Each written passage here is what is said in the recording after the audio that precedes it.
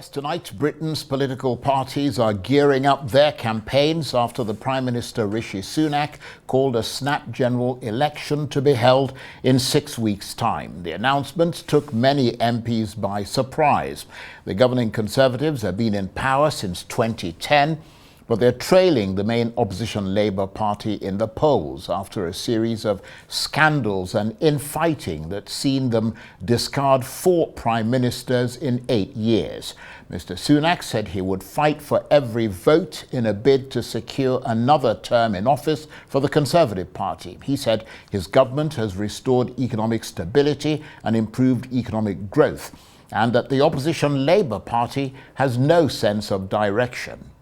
The leader of the Labour Party, Sir Keir Starmer, said that after 14 years of chaotic Conservative government, the British people now had the chance to vote for change. For Britain to choose its future. For more on this, I'm joined now on the line from London by Arise correspondent Lape Olarinoye. Good to see you, Lape. And Prime Minister Rishi Sunak, of course, didn't have to call an election for early July. He could have had a few months' grace if he wished. What are you hearing about why he decided to call it now? Corridors of Westminster, there is a sense of shock amongst many of his cabinet and the wider Conservative Party, many of whom think that this was severely uncalled for. He could have waited months, like you rightly said. There was no anticipation for this election, especially as the Conservatives did quite badly in the local elections across the board. This, of course, for them was a time to really garner more support and reassurance to the wider British public. The economy has just come out of a recession, amongst other things that the Conservatives are trying to use to gain back those grounds that they lost in the local election. So this, for many within the political landscape, is completely uncalled for. However, if you speak to people within British society, many who have been voting for years and years and years, they say this has been a long time coming, particularly because of the last 12 or so years that the Tories have been in power, the austerity, the cost of living crisis, the many wars happening around the world, the pandemic, the effects of it. Many people, the sense and the mood across the country is that an election is very much overdue. There's been a political roller coaster, might I add here, since the Tories have come into power, change of leadership numerous times. And so for the voters and the electorate, if you like, this couldn't come any sooner. So the mood is mixed, but for those rooting for the Tories, their voters, and of course those who are members of the Tory party, this was a little too soon. Well, yes, and as you said, Lape, the polls put the Conservatives well behind, and in such a situation, many leaders might have been tempted to wait to see if the gap narrows, but he didn't. Is there a sense in his calculation, from what you can glean, that if he delays further, things could be even worse?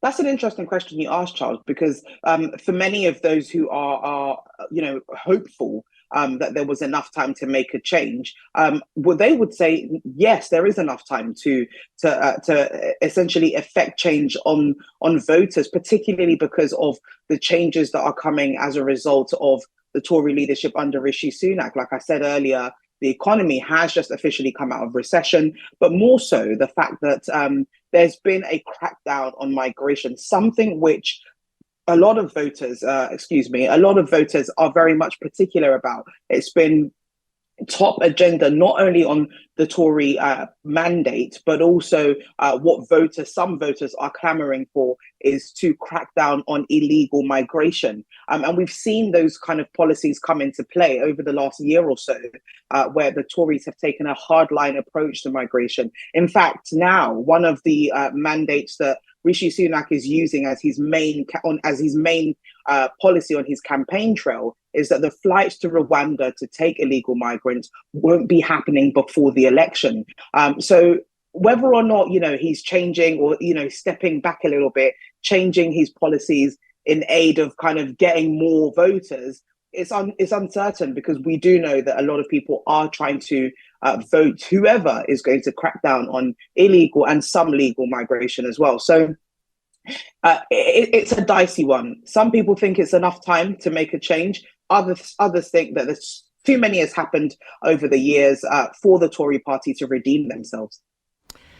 Indeed, and you mentioned some of the issues there. I mean, you mentioned migration, which is obviously one of the big ones, but what are the other issues you think that this election will be fought on? I mean, will it be things like the economy, governing competence, for example, that the Labour Party have been banging on about, and of course, illegal migration that you just talked about there? I think the economy is top of the agenda. I mean, the country has been through a bitter cost of living crisis. Unemployment figures have shot through the roof. There's a housing crisis. Amongst the fact that there's inflation, cost of food has shot up.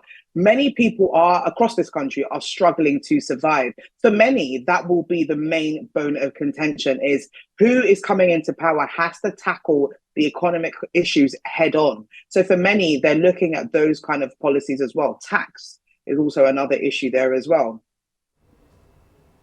For many people, they feel as though the Tories have had enough chances.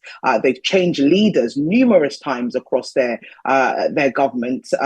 They've changed the landscape of the country for many. And some people are just tired of it. Some people just want change, a breath of fresh air. Having said that, the main opposition, the Labour Party, under leadership of Sir Keir Starmer, hasn't really, as much as people want a change, Sir Keir Starmer isn't really the leader that some historical Labour voters hoped for. And so it's a question now for many of the people I've spoken to anyway, is that who is the lesser of two evils, if you like. At the same time, some of the Labour policies and what they're campaigning on, as they have done since the start of today, has been very attractive to many people who feel that they have been neglected over the years. They feel as workers that they have lost their rights. They haven't been able to really feel supported or protected in the workplace. Like I said, housing is a big issue for many people across the country. The homelessness statistics across the country are quite staggering. And these are some of the issues that the Labour Party under Sir Keir Starmer are saying they're going to tackle head on. But there's others on that kind of political landscape as well. Like I said, there's the Green Party. There's also the Liberal Democrats who are saying quite boldly that because they don't have enough majority, that they will not be going into any sort of coalition like we saw many years ago with the Conservative government. And so it's very much an anti-Tory mood across the political landscape, but also we're catching that sense with voters as well. And that was very much evident during the local elections.